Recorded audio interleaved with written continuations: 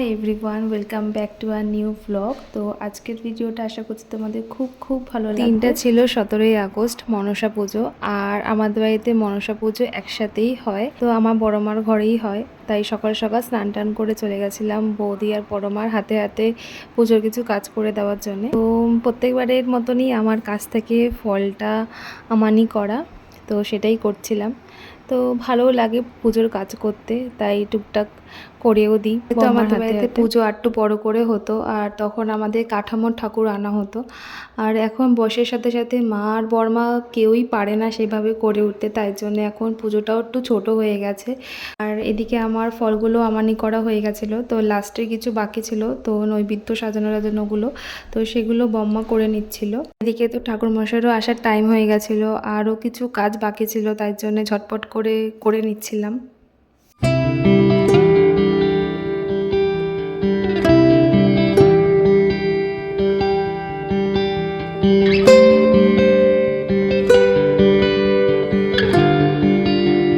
এদিকে তো সব কিছু মোটামুটি সাজিয়ে টাজিয়ে দিয়ে তারপরে আমাদের আরও কিছু কাজ বাকি ছিল। বিশেষ জিনিস যেটা মনসা দেবীর খুবই প্রিয়, তো সেটার জন্যে আবার নিচে এসেছিলাম।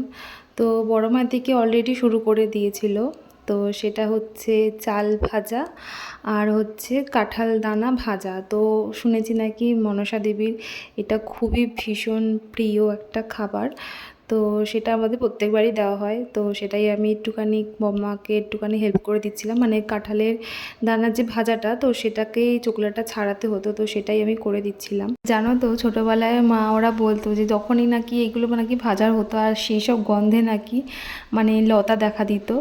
তো আমিও দেখেছি অনেকবার, কিন্তু আমি ওটা ভাবিনি যে ওটার গন্ধতে এটা মানে লতা চলে এসছে। তো আগে আমাদের যখন উপরে মানে টালির বাড়ি ছিল আর কি, তো তখন মা হয়তো সিঁদুর পরছে বা কিছু করছে, সেই সময় হয়তো বম্মাও দিকে ওগুলো ভাজছে, ঠিক উপর দিয়ে উঁকি মারতো। জানি না কোনো সময় দেখা যেত না, তো সেই সময়টাই হঠাৎ করে দেখা যেত। জানি না, হয়তো মাই হয়তো দেখা দিত। আমি তো প্রথম ভীষণই ভয় পেতাম, তো আস্তে আস্তে সেটা যখন বড় হয়েও যখন দেখেছিলাম, তো তখন আর ভয় পেতাম না।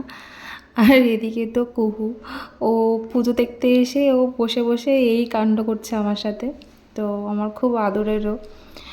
তো এদিকে তো ঠাকুরমশাইও পুজো করছে, আর এদিকে মা যেহেতু ঢুকতে পারবে না, তার জন্য মা বাইরেই ছিল বসে পুকুকে নিয়ে।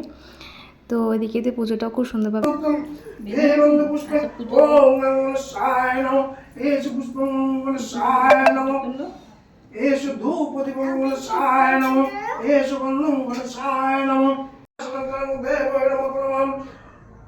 এই টাকা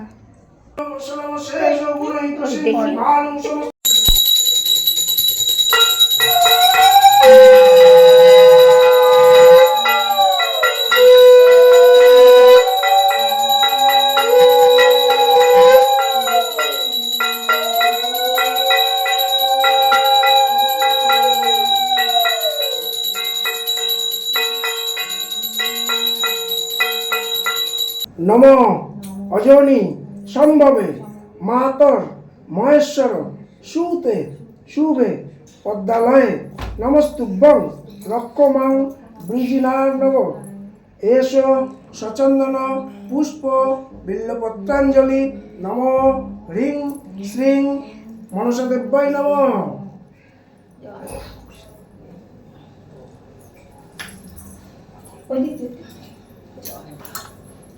গিয়ে অঞ্জলি দেওয়াও হয়ে গেছিলো আমাদের, আর পুজোটাও বেশ ভালোভাবে কমপ্লিট হয়ে গেছিলো, আর কাকু খুব সুন্দরভাবে পুজোটা করেছিল। তো পুজো টুজো কমপ্লিট হয়ে যাওয়ার পর তো তারপর পালা থাকে প্রসাদ ডিস্ট্রিবিউশনে। তো বম্মারা ওদিকে তাড়াতাড়ি করে প্লেট সাজিয়ে দিয়েছিল, আর আমি ঝটপট করে সবাইকে প্রসাদটা দিয়েছিলাম, কারণ আমার ঘরেও ঠাকুর দেওয়া বাকি ছিল। তো ঘরে পুজোটাও কমপ্লিট করে নিয়েছিলাম, আর তারপর একটুখানি প্রসাদ নিয়ে আমি আমার ফেভারিট প্লেস এখন আমার উপরতলা মানে আমার দোতলায়, তো সেখানেই চলে এসেছিলাম।